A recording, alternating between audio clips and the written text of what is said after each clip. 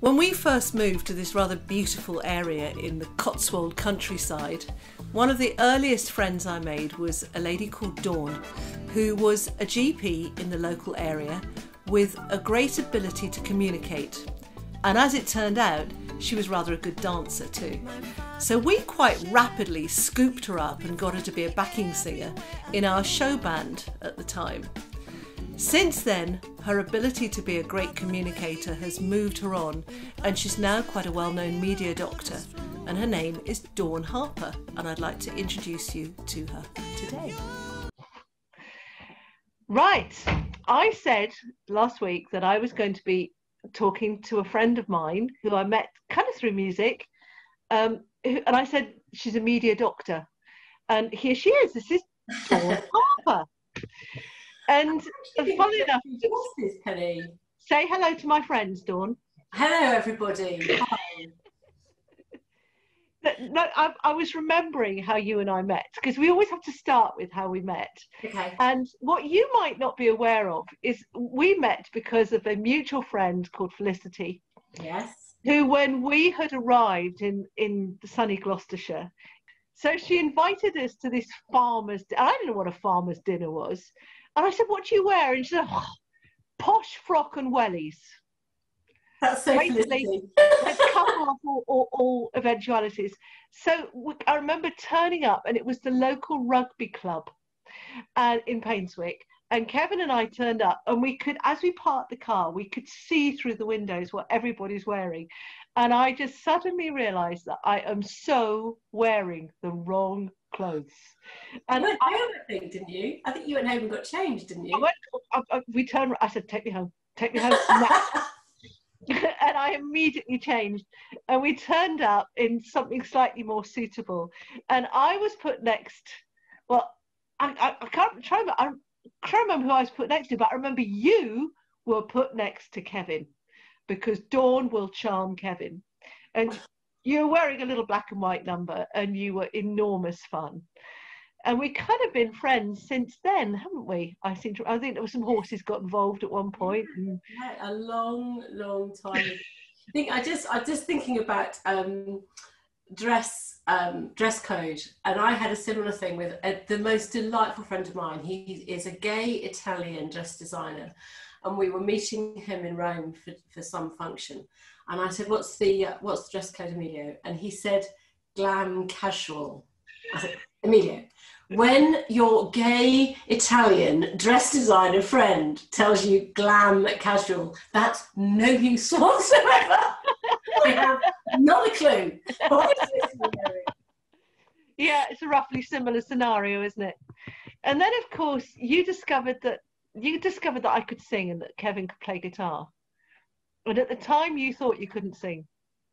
Well, let's go on. You've glossed over the fact that you invited us up for, I think it was a Sunday lunch or something, and there was a CD on the side, and it was clearly your CD. And I said, "Oh my word, what's this?" And you completely sort of poo-pooed. I said, no, put it on, as I want to do, getting a little bit excitable about things. And I was completely blown away. And you started to tell me about the fact that you sang in various different bands and the bands that you had running. And I was completely, as a kid, I had two possible career choices. One was medicine, and the other was, and I'm going to show my age now, it was to be one of Pan's people, because I just wanted to dance to music.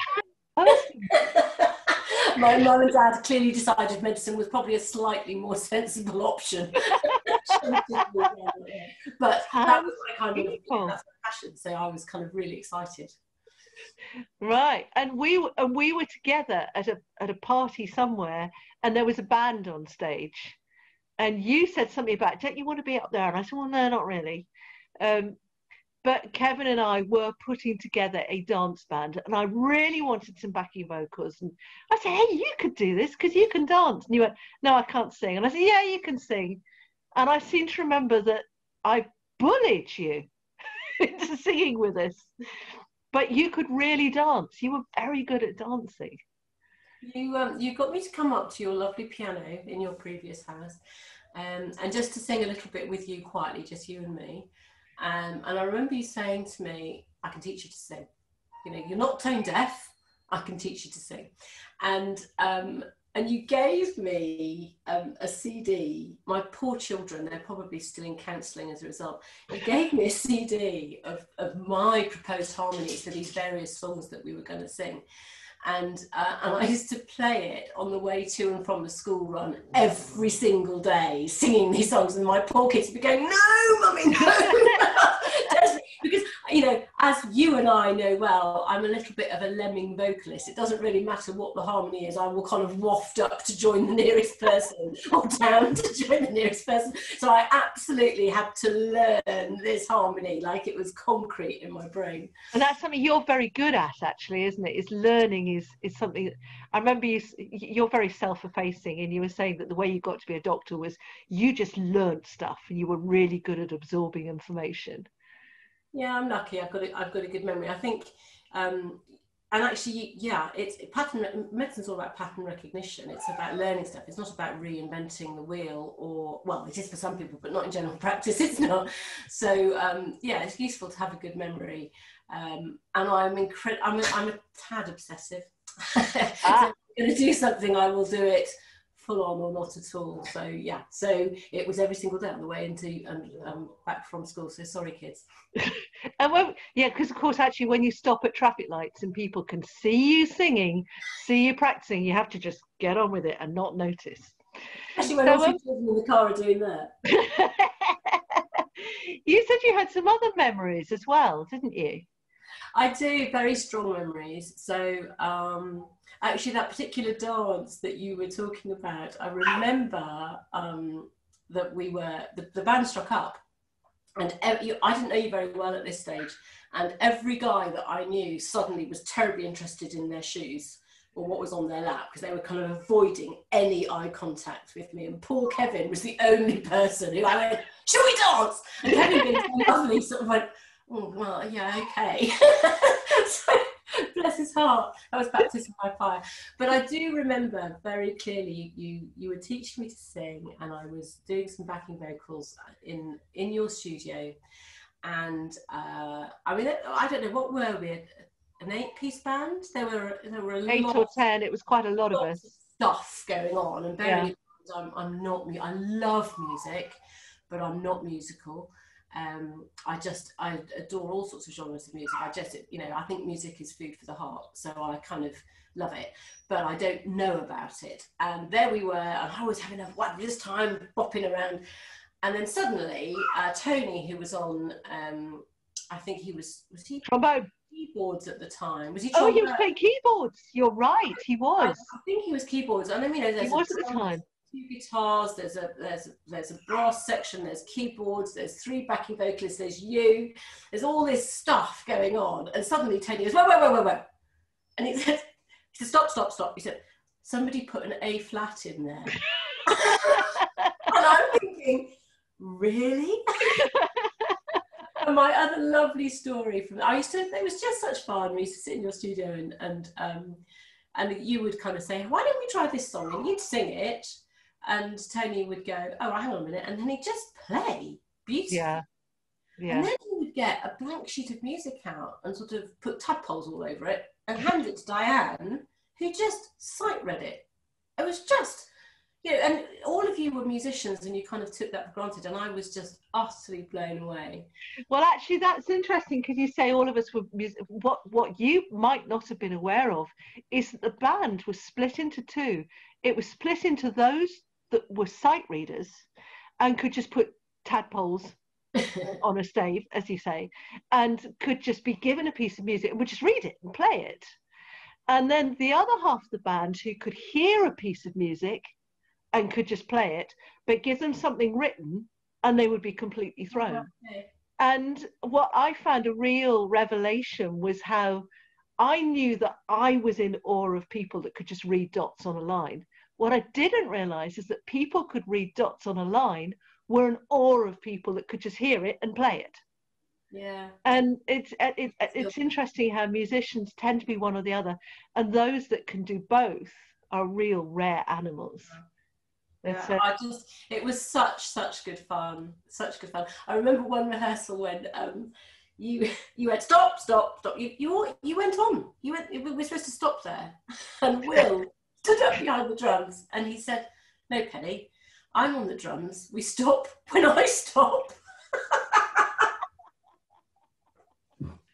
Yeah, that sounds quite Right. That sounds quite likely.